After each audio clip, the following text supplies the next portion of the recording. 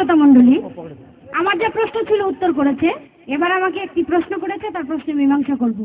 তবে আবারও সে বলতেছে রাস্তাঘাটে নাকি ফকিরা ভিক্ষা করে, সালার চট গায়ে দেয়, এটা সেটা। তবে আমি মনে করি যে যারা ভিক্ষা করে, যারা হানকি খোরা ভাঙ্গে খিচুড়ি খাওয়ার জন্য, যারা মদ খায় গাঁজা খায়, তারা আসলে অরিজিনাল ফকির না।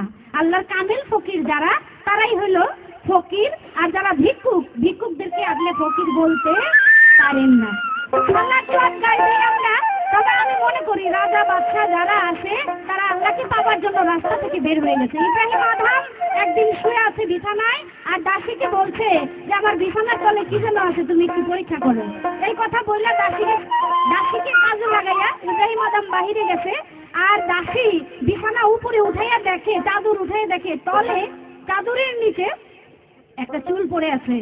আর সে দাসী মনে মনে ভাবছে সামান্য একটা চুল চাদরের নিচে, এর জন্য সে ঘুমাইতে পারতেছে না, তাহলে তার কত সুখের দেহ।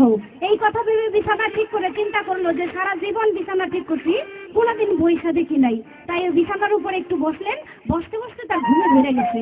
এবার শুইছে, শুইয়া দেখে যে আমার প্রচন্ড ঘুম। শুইতেই সে ঘুমাইয়া পড়ছে। আর রাজা ইব্রাহিম আদম এসে দেখে যে দাসী তার বিছানায় ঘুমাইতেছে। রাগ হইয়া তাকে একে একে কয়েকটা বাড়ি মারছে। বাড়ি মাইরা বলে, তোমার এত বড় স্পর্ধা, তুমি আমার বাচ্চাই বিছানার ভিতরে ঘুমাচ্ছিলে, তোমাকে এত বড় সাহস কে দিচ্ছে? যখন বাড়ি মারে ঠিক হয়ে হাসে, তখন জিজ্ঞেস করে যে দাসী, তোমাকে মারলাম তুমি হাসলে, আর কথা জিজ্ঞেস করলাম তুমি কাঁদতেছো কেন? দাসী বলে, হুজুর সারা জীবন আপনার লবণ খেয়েছি, আপনার বাড়ির দানা পানি খেয়েছি, তাই আমি সামান্য কিছুক্ষণ 2-3 মিনিট এই বিছানায় শোয়াতে যদি এতগুলা বাড়ি পাইতে পারি আপনার কাছে, আমি বাড়ি খাইয়া অপরাধ করেছি, অপরাধের সাজার সঙ্গে সঙ্গে মুক্ত হয়ে গেছি, এর জন্য আমি আসছি। আর আমি কাঁদলাম এর জন্য যে 2-3 মিনিট এখানে শোয়াতে যদি এতগুলা বাড়ি খাইতে পারি আমি, তাহলে সারা জিন্দেগি আপনি বাচ্চায় বিছানায় ঘুমাইছেন, আল্লাহর কাছে কতগুলি বাড়ি পাওয়া উপযুক্ত হয়েছেন। ইব্রাহিম আদম মনে মনে ভাবে, সর্বনাশ, দাসী তোমার চোখ খুলে দিল। আর ওই মুহূর্তে সে লক্ষ্য করে যে তার ছাদের উপরে কে যেন ঠক ঠক করে দৌড়াইতেছে। উপরে গেছে, গিয়া দেখে একটা পাগল ছাদের উপরে দৌড়ায়। জিজ্ঞেস করে, হ্যাঁ পাগল, তুমি কি খোঁজো? বলে, আমার ঘোড়া হারাই গেছে, আমি ঘোড়া খুঁজি। বলে, পাগল রে, ঘোড়া হারাইলে তুমি বনে জঙ্গলে গিয়া খোঁজো, তোমার ঘোড়া তো ছাদের উপরে থাকবে না। আর সেই পাগলে বলে, হুজুর ঘোড়া যদি বনে জঙ্গলে থাকে, ছাদের উপরে না থাকে, তাহলে আল্লাহকে আপনি এই বাচ্চাই বিছানায় শুয়ে কখনো পাবেন না। তাহলে সালার চট আমরা পড়ি কেন? পড়ি আল্লাহকে পাবার জন্য। এই বাচ্চাই বিছানায় শুয়া, ভালো ভালো খাইয়া, ভালো ভালো পইরা, মানুষের বাড়ি দাওয়াত খাইলে আল্লাহকে পাওয়া যাবে না। তাই একটা গান শোনেন, সর্বসাধন সিদ্ধি হয় তার,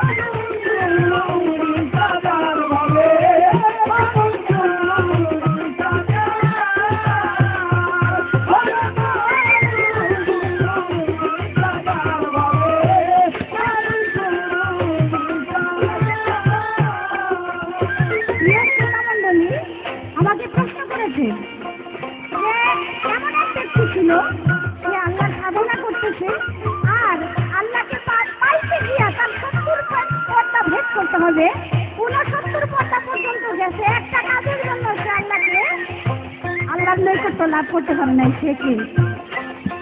শরীয়তের কর্ম পদে পদে, শরীয়তের কর্মের কোনো অভাব নাই। তার মধ্যে একটা কাজ বাকি রেখেছিল, সেই কাজটা কি? যেমন প্রত্যেকটা মানুষে বিবাহ করলে বিবাহ করা হলো সুন্নত, আর সেই ব্যক্তি বিবাহ করে নাই। আমার রাসূল সাল্লাল্লাহু আলাইহি ওয়াসাল্লাম বলেছিল রাজা মঈনুদ্দিন চিশতিকে 80 বছর বয়সের সময় স্বপ্নে দেখাইছে, বলে হে মঈনুদ্দিন, আমি তোমার সমস্ত কাজে খুশি এবং আল্লাহও খুশি, তবে একটি কাজ করো নাই বিধায় তোমার প্রতি আমি এবং আমার আল্লাহ অসন্তুষ্ট। বলে কি কাজ? বলে মঈনুদ্দিন, তোমার 80 বছর বয়স হয়েছে, তুমি এখনো পর্যন্ত বিবাহ বন্ধনে আবদ্ধ হও নাই। যতক্ষণ পর্যন্ত বিবাহ না করবে ততক্ষণ পর্যন্ত আমি তোমার প্রতি 16 আনা খুশি হইতে পারতেছি না। তাই আমার খাজা মঈনুদ্দিন চিশতি সঙ্গে সঙ্গে গিয়ে বিবাহ করেন 80 বছর বয়সে সর্বপ্রথম দিয়ে। তাই বিবাহ করা হলো রাসূলের একটা সুন্নত কাজ। যে বিবাহ করবে না সেই ব্যক্তির প্রতি আমার রাসূলের একটা সুন্নত কম করে যায়, তাই সেই ব্যক্তি যাইতে পারতেছে না, আল্লাহর নৈকট্য লাভ করতে পারতেছে না। আশা করি ওনার প্রশ্নের জবাব শেষ। আমার যা প্রশ্ন ছিল আমার প্রশ্নের মীমাংসা করে দিয়েছেন, প্রশ্নের উত্তর সুন্দরভাবে করেছে এবং আমাকে প্রশ্ন করেছে, আমি তার প্রশ্নের উত্তর করে দিয়েছি। আপনারা সবাই শুনতে পেরেছেন। আমার গানে ভাষায় কোনো রকমের ত্রুটি হইলে ক্ষমা সুন্দর দৃষ্টিতে দেখবেন, এই বলে আমাদের গান আমরা শেষ করে দিতে যাচ্ছি। মানব গুরু নিষ্ঠার ভাবে, মানব গুরু নিষ্ঠার